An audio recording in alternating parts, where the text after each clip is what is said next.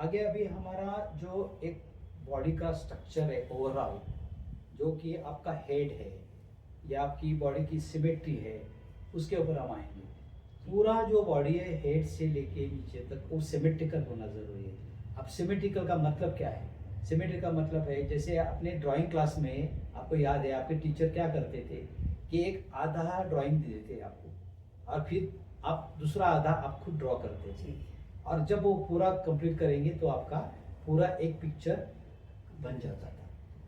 तो कहने का मतलब है कि ऊपर से नीचे जब आप बॉडी देखोगे, पूरे दो आंखें हैं, ये पूरे एक जैसा नजर आना चाहिए। अच्छा। Mirror images. अच्छा। तो कोई डिफॉर्मिटी एक्सीडेंट की वजह से हो या कोई बीमारी की वजह से हो, कोई डिफॉर्मिटी आपके बॉडी में नजर नहीं आना चाहिए। तो हम अब हमारी बायलैटरल सिमेट्री के बारे में बात कर रहे थे, ओवरऑल बॉडी का। अब ये सिमेट्री क्यों चाहिए, क्यों मायने रखती है? आपने 26 जनवरी को मिलिट्री परेड्स देखी होगी या और भी कहीं मिलिट्री परेड्स देखी होगी। आपने क्या देखा है? जो भी कॉन्टिजेंट परेड करता है वो उनकी चाल, उनकी जो उनका जो टर्न आउट हम बोलते हैं, जो जिस तरह से यूनिफॉर्म पहना है और उनके जो चेहरे के हाथ के जो मूवमेंट्स है, ये परेड में एकदम अलग दर्जे के होते हैं। और इसीलिए सिमेट्री का बॉडी का होना मायने रखता है। अगर बॉडी असिमेट्रिकल हो तो वो देखने में बहुत अजीब सा लगेगा कॉन्टिजेंट में। तो सिमेट्रिकल बॉडी होना ओवरऑल बहुत ज़रूरी है। उसके बाद अभी हम आएंगे आई के एग्जामिनेशन के लिए। आई का एग्जामिनेशन बहुत ही इम्पोर्टेंट एग्जामिनेशन है। उसमें आपको विजन क्या चाहिए? आपको विजन चाहिए 6x6। तो आपने अगर आई का एग्जामिनेशन किया होगा, आपके पास कोई पुराना रिकॉर्ड होगा, तो उसमें लिखा होगा आपका डिस्टेंट विजन 6x6 होना चाहिए और आपका नज़दीक वाला विजन n/6। ये आइडियल है। ये आइडियल है। तो आपको इसमें भी दो प्रॉब्लम ये है कि अगर आपको पायलट बनना है तो पायलट नेवी में भी बन सकते हैं, एयरफोर्स में भी बन सकते हैं, और आपके लिए अलग रिक्वायरमेंट के आपको बिना चश्मे के आपको 6x6 विजन होना ज़रूरी है और n/6।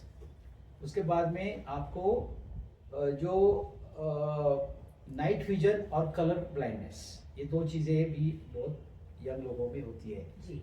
नाइट ब्लाइंडनेस मतलब उन लोगों को शाम के वक्त, शाम के बाद वो सिग्नल ठीक तरह से दिखते नहीं है, तो वो विजन थोड़ा कम हो जाता है। और कलर ब्लाइंडनेस मतलब सिग्नल्स आपको नजर नहीं आएंगे, रेड ग्रीन सिग्नल में अंतर नहीं चला जाएगा। तो ये सब जांच एक आई स्पेशलिस्ट रूटीन एग्जामिनेशन में कर ही लेता है।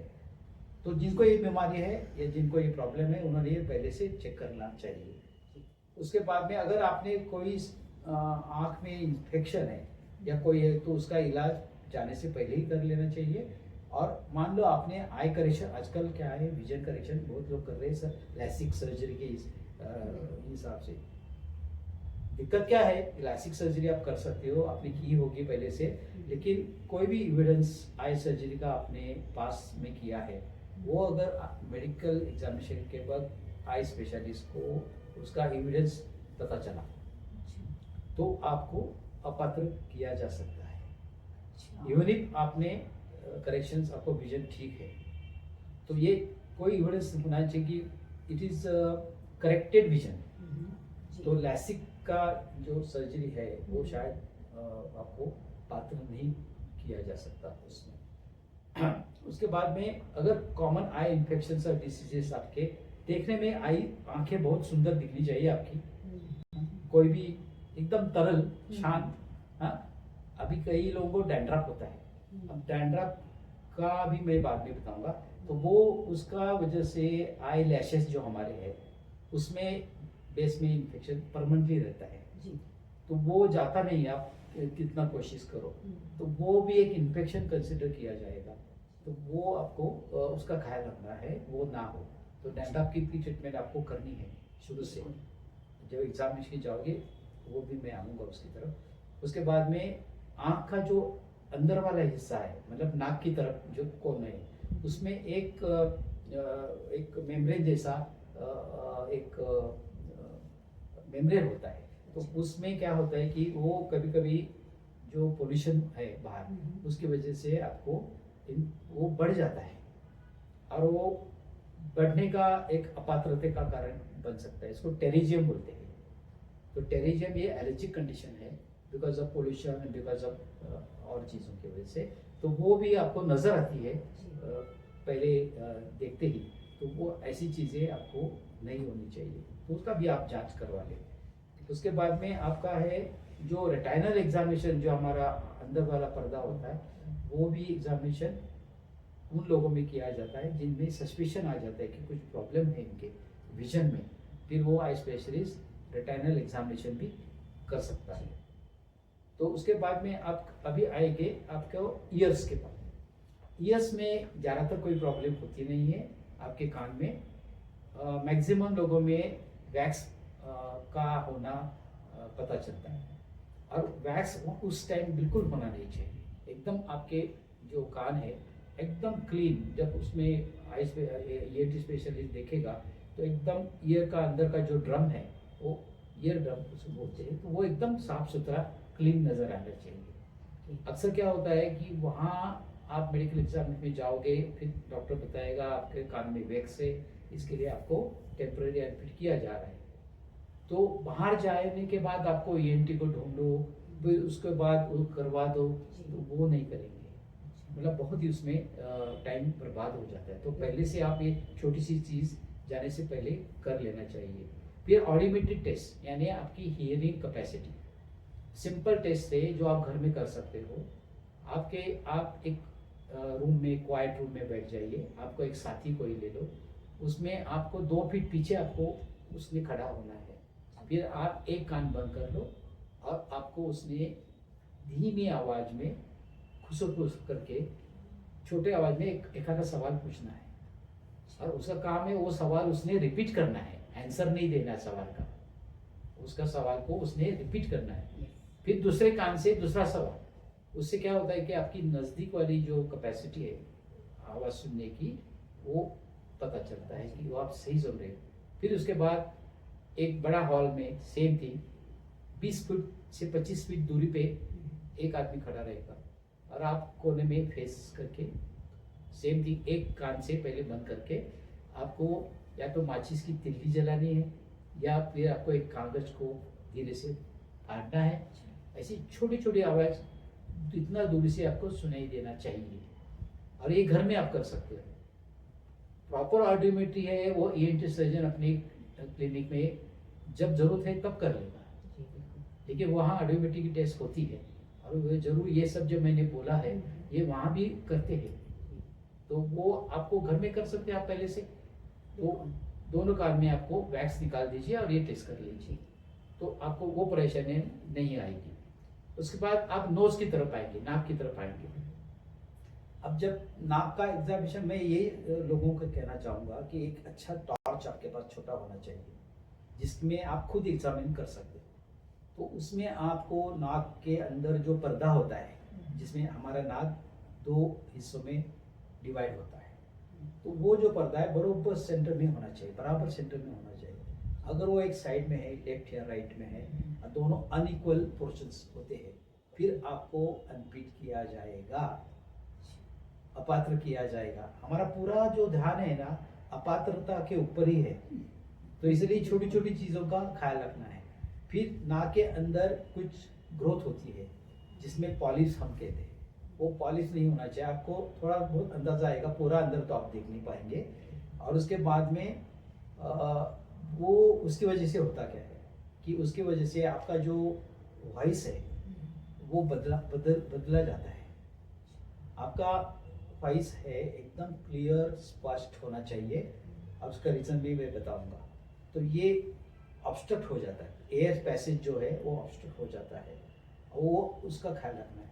फिर आपके साइनसेस है, नाक के बगल में आपके साइनसेस है जो चीक बोन के अंदर होते हैं, उनमें भी कभी कभी ग्रोथ होता है, और उसकी वजह से आपको कफ, कोल्ड या बीमारी, एलर्जिक टाइप की बहुत सारी आसार नाक के अंदर आपको दिखाई देते हैं। तो ये सब ईएनटी एग्जामिनेशन के वक्त आपको वो लोग देखेंगे ही, बट आपको ये पहले से पता होना चाहिए, या आप ईएनटी के पास जाके ये सब चेक कर ले कि आपको ये परेशानी बिल्कुल नहीं है। फिर आएंगे गले के पास। उसके बाद में थ्रोट में क्या क्या प्रॉब्लम आ सकती है। गले में हमारे टॉन्सिल्स होते हैं, सबको पता है टॉन्सिल्स होते हैं। टॉन्सिल्स होना एक नॉर्मल चीज़ है, तो लेकिन वो अगर वो बढ़ गए हैं दोनों साइड में और उसमें सफ़ेद सफ़ेद निशान नज़र आ रहे हैं और वो एयर पैसेज को ऑब्स्ट्रक्ट कर रहे हैं, जो लोग मुंह से सांस लेते हैं तो उनका ये समस्या होती है कि वो बिकॉज ऑब्स्ट्रक्शन हो जाता है। तो ये टॉन्सिल्स बढ़े हुए नहीं होना चाहिए, वो भी आपको ईएनटी एग्जामिनेशन में आप खुद ही ईएनटी के पास जाके टेस्ट करवा सकते हैं। उसके बाद आपका लैरिंक्स, लैरिंक्स यानी जो आपका अच्छा बिफोर दैट मुंह में जो चीज़ें आपको देखनी है, एक टॉर्च अच्छा लेके आपका साथी या कोई फैमिली मेंबर देख सकता है। क्या क्या देखना है आपको? सबसे पहले मुंह को एक बात क्या नजर आएगा, टंग। टंग को जो टंग का जो कलर है और जो पूरा माउथ का जो कलर है वो पूरा ओरल पिंक यानी हल्का गुलाबी कलर का होना चाहिए। कोई एब्नॉर्मल इसमें होनी नहीं चाहिए। टंग के ऊपर कोई वाइट कोटिंग नहीं होना चाहिए, कोई ब्लैक कोटिंग नहीं होना चाहिए। टंग की जो बॉर्डर्स है वो एकदम स्मूथ होना चाहिए, उसमें सिरेशंस नहीं होना चाहिए। ये सब बीमारियों का असर है कि जो हमारे शरीर में बहुत सारी बीमारियां ऐसी है कि वो मुंह के अंदर झांकने से ही पता चल जाती है। तो इसलिए आप अपात्रता करार दिया जा सकते हैं। तो टंग का बारे में ये हमने, कभी कभी टंग का साइज बहुत बड़ा होता है मुंह के हिसाब से, तो उसको मैक्रोग्लासिया भी बोलते हैं। तो वो भी एक अपात्रता का कारण बन सकता है जिसमें आपका स्पीच अफेक्ट होता है, तो वो भी एक कारण है। अभी टंग के बाद फिर आएगा थ्रोट, तो मैंने बता ही दिया। फिर आपके जो गाल के अंदर का हिस्सा है और जो सॉफ्ट पैलेट यानी टालू बोलते हैं हम, उसका जो सरफेस है, इनके ऊपर कहीं भी आपको प्री कैंसरस लीजन कुछ मैं बताऊंगा वो नहीं होने चाहिए। वहाँ का कलर बदली हो, सफ़ेद हो गया है, जैसे स्मोकर्स में होता है, बीड़ी या सिगरेट स्मोकर बहुत सारे यंग कैंडिडेट करते हैं, तो वो जो सफ़ेद सा हो जाता है। और उसके बाद में चिक्स में अंदर गाल के अंदर भी होते हैं, और फिर जो आखिरी दांत है उसके पीछे साइड में भी होते हैं।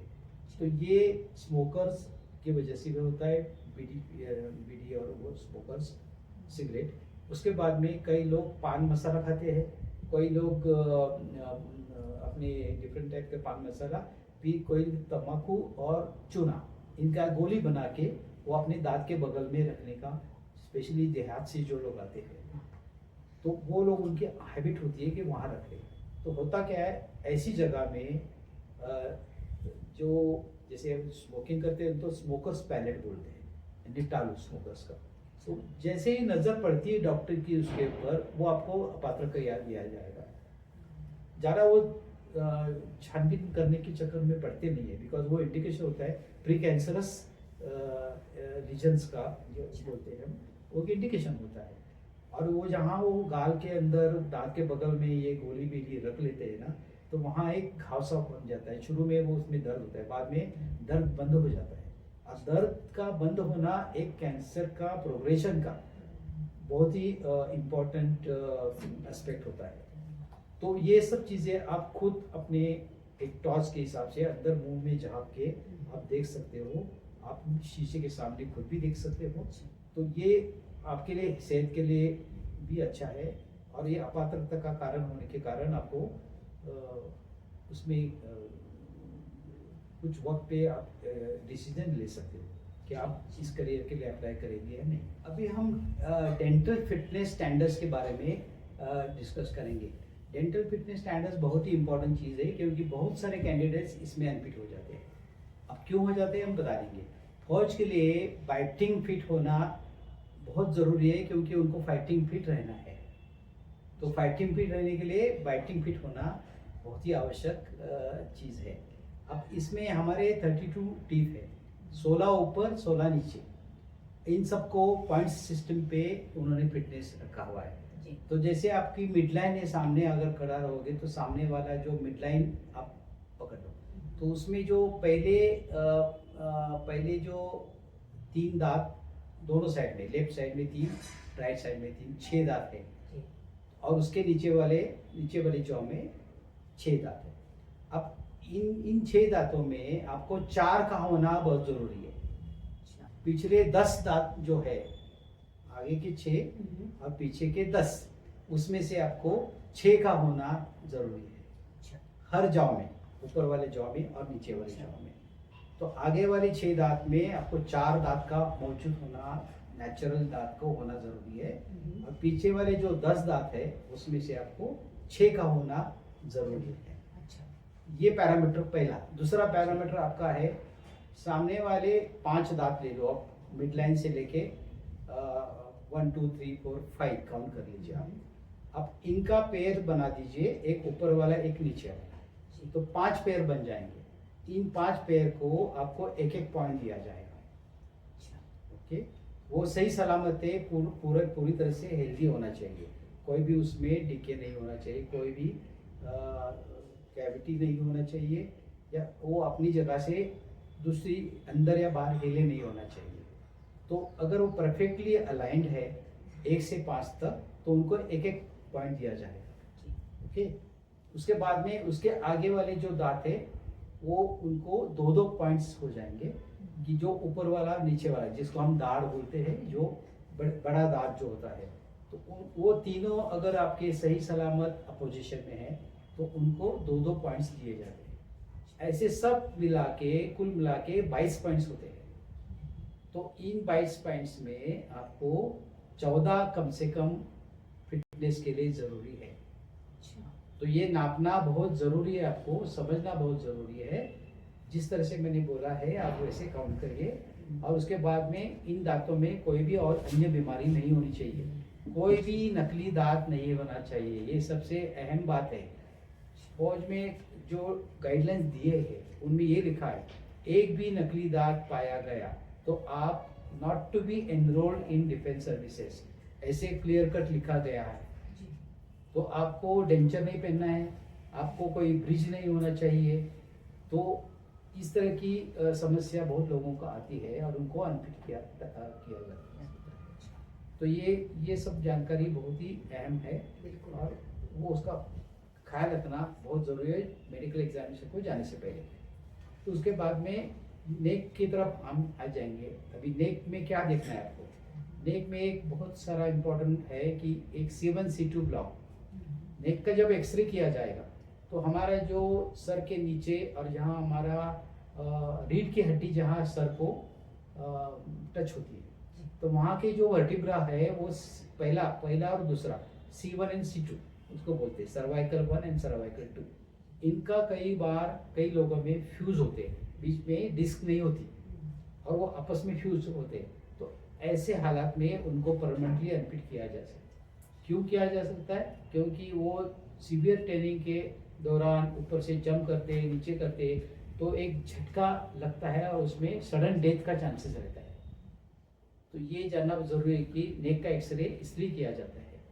तो वो भी एक करना चाहिए। अगर आपका C1 C2 का प्रॉब्लम है तो आप परमानेंटली अनफिट हो सकते हैं जी।